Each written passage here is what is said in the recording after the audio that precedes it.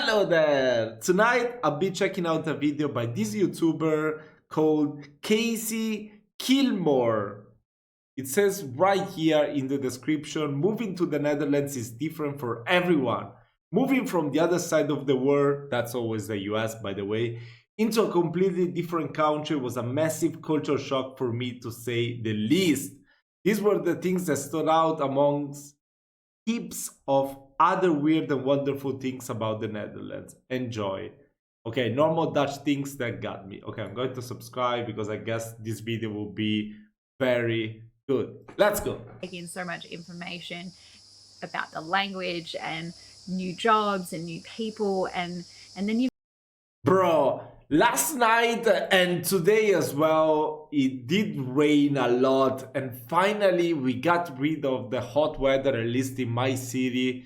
I mean, I couldn't stand it anymore. It was so damn hot. But now, listening to this woman talking and hearing the little insect in the background makes me feel hot. I want to rip off my shirt just by listening to that sound. Am I the only one? you've got all these cultural differences on top.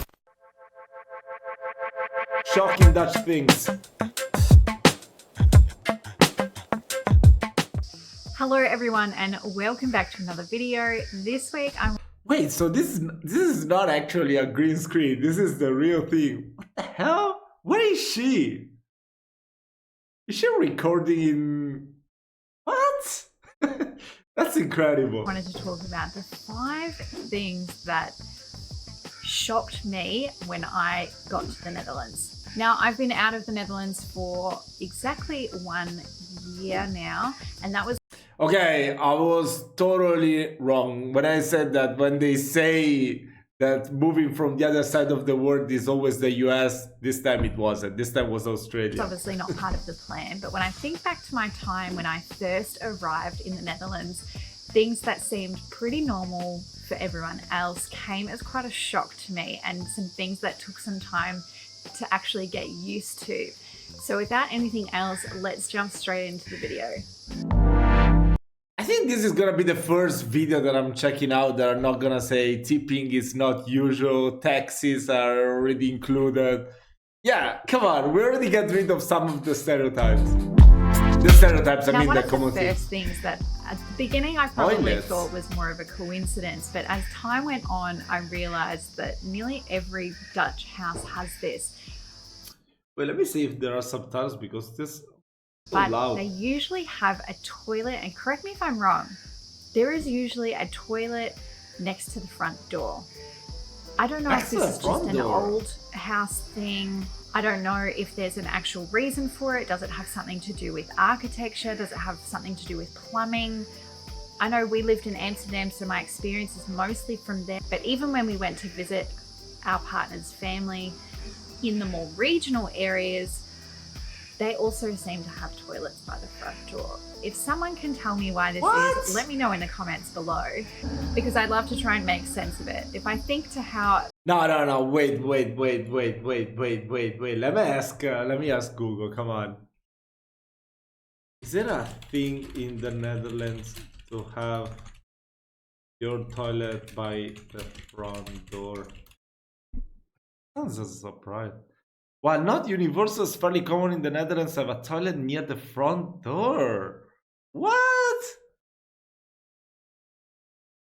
Actually, now that I think about it, I do have 2 toilets in my house because it's a fairly old house. It was built like in the 60s or something like that when they decided in the area where I live now to create a village, you know, for the people that was working in the nearby factory that so many people moved here to work in that factory actually. So they decided to create this village so everyone could live here. They had even a biggest siren that they told me that will wake up everyone to go to work. That's pretty crazy. And in this house actually I have 2 toilets. One that is just by this door where I go to do my business. I call it my office. Yeah, and the other one where you can take a shower, wash your hands and everything. I mean, there's a little sink over there, but yeah, it's not too comfortable. Yeah, the other one that is just to take a shower or to wash your hands and brush your teeth and everything else. It's actually very close to the front door. So maybe it's the same thing. Like the houses are a little bit older and it's like that. I don't know. You gotta tell me in the comment section, definitely. And it says also on Gemini that it's not universal. So maybe it's only applied to older houses. I don't know.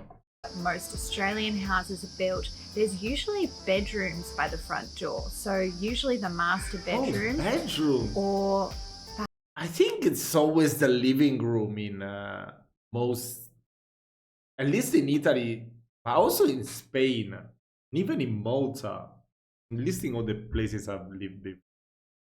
Yeah, it's always the living room when you open the house. Maybe the kitchen if there's an open space, but most of the times the living room, perhaps not a the living bedroom. room. This design, I think, comes mostly from Australian houses mostly being ground level houses. There's not a lot of houses that are actually double story or have two levels. So everything's on the same floor, whereas in the Netherlands, the bedrooms are usually above. So that was one of the things that kind of took getting used to. I thought it was a bit strange that there was always a toilet by the front door and bedrooms are always on the story above. What? Gefeliciterd. This next one can be a little embarrassing. When you go to a wedding or a birthday party or some sort of celebration, everyone at that birthday party will say congratulations to you. So you go to your friend's birthday party, and when you arrive, Yeah, I feel like everyone should say congratulations to me for attending one of those since I never get invited. everyone goes around a circle or the group of people and they'll say congratulations. So they don't only congratulate the birthday person, but they congratulate the whole room and the friends and family. I like that. Their friends or family's birthday as well.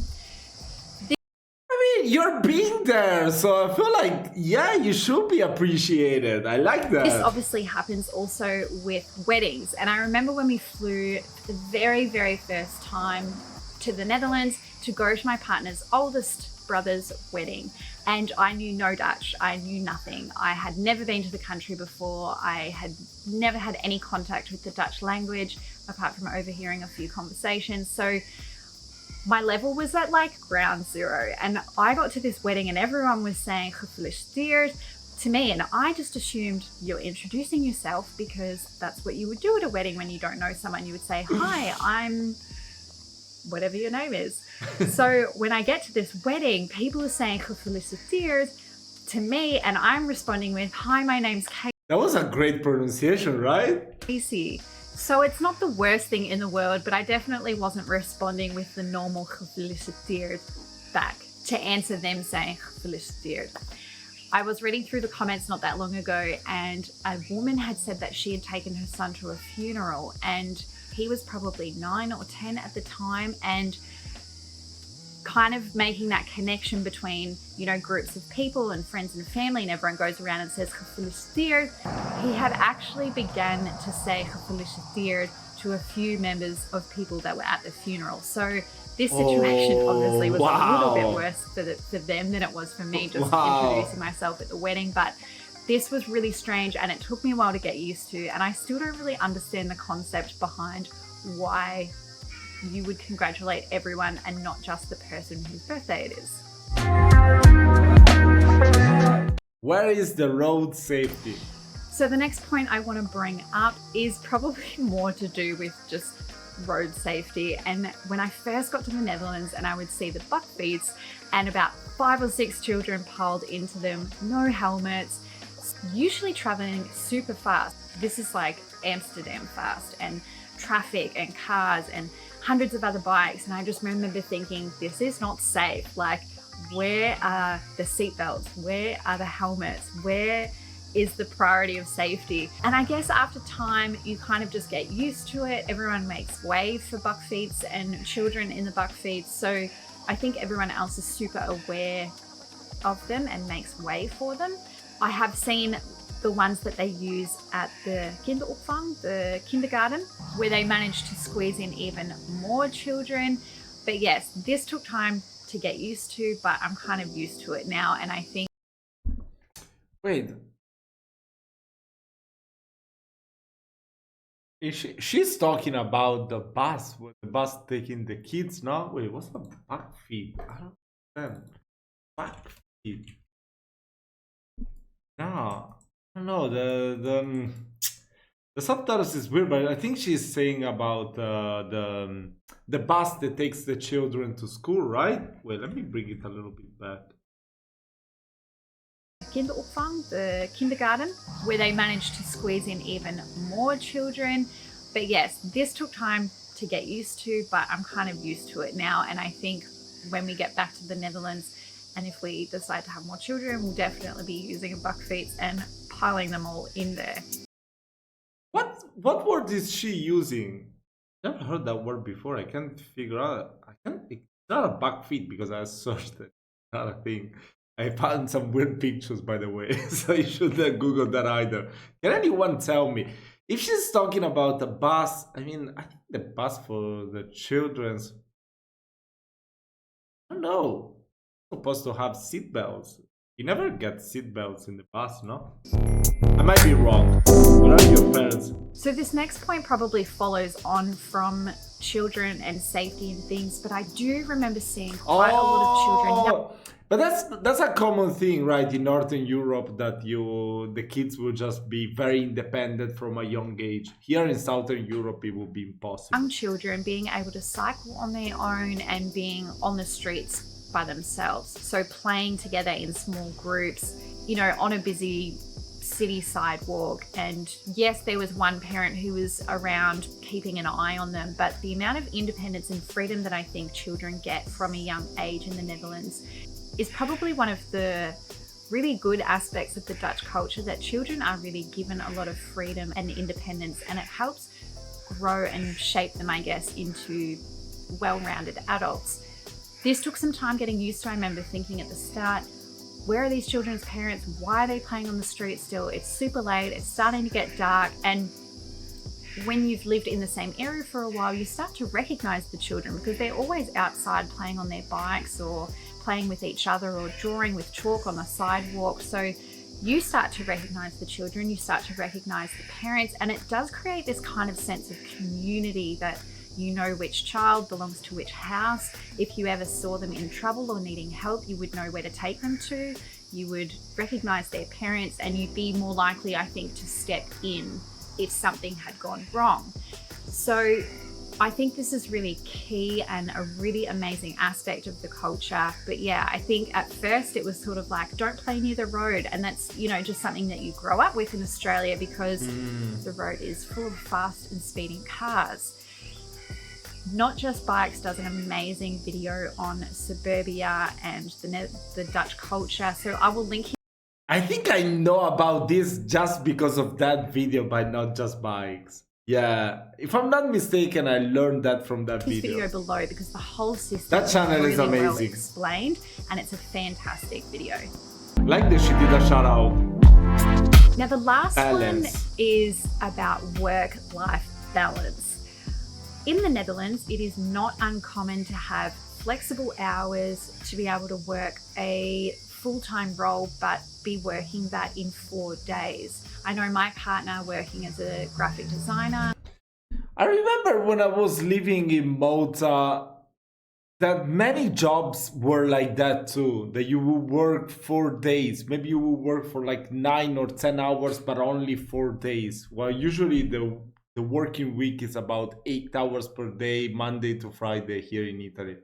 I mean, I say usually because I've always played poker online as a job, and now I'm just doing YouTube. So I always work pretty much every living hour. When I'm not working, I'm traveling or doing something else. So yeah, I don't know too much about the outside world. I'm not the best person to ask that. For a startup, he was working 4 days, and pretty much everyone at his office also worked a 4-day week, and that was pretty standard in their company. There It's are very of nice those jobs though. that don't allow for this, but there's a huge majority of jobs and advertisements for roles that allow part-time hours, flexible hours, that the role Ooh, I would itself love is that. only I would definitely take a part-time job right away. Come on. Oh my god, I've always dreamed to have a part-time job. 3 to 4 days a week. So I really like that they have a much healthier work to life balance in the Netherlands than I would say that we do here in Australia. I think trading your time for money here in Australia, and the more productive you have to be to sort of have that value of worth within your culture, I think that can be really dangerous. I think the Dutch understand that happy people outside of work create happy people and productive people inside of those hours. So I love, love, love this, and it definitely took some time to switch my mentality into just because you're not working 5 days a week doesn't mean that you're not doing a good job or enough work. It's you do the same amount of work in a shorter amount of time, and you have more time at home with your family and friends. So I Makes love sense. this concept, and yes, it was one of those things that shocked me about the Netherlands, but I've definitely come to appreciate it and take it on board. These were sort of the key things that stood out for me. If you're an expat in the Netherlands, or you're married to one, or you're friends with one, what were the things that stood out for you or your friends and family when you first arrived in the Netherlands? Did I miss some of them? Do you have the same ones Oh my god, I want to go to the Netherlands right now. as me? I guess I want to hear your experiences and your stories from first arriving in the Netherlands, because it's a crazy, crazy time, and you're trying to take in so much information about the language and new jobs and new people, and then you've got all these cultural differences on top. So when it's exciting and busy time, I want to hear about it. If you like this video, please give it a thumbs up, as it really helps out the algorithm and helps out my channel. I did already, right? If you like these kinds of Yeah. videos, then please remember to subscribe, and I'll see you in the next video. Bye. The Dutch secret to these English words. Questions from the Dutch when they find out I'm Australia. Oh, that's pretty cool. I want to see some of these videos as well. I mean, she looks like a very young and smart woman.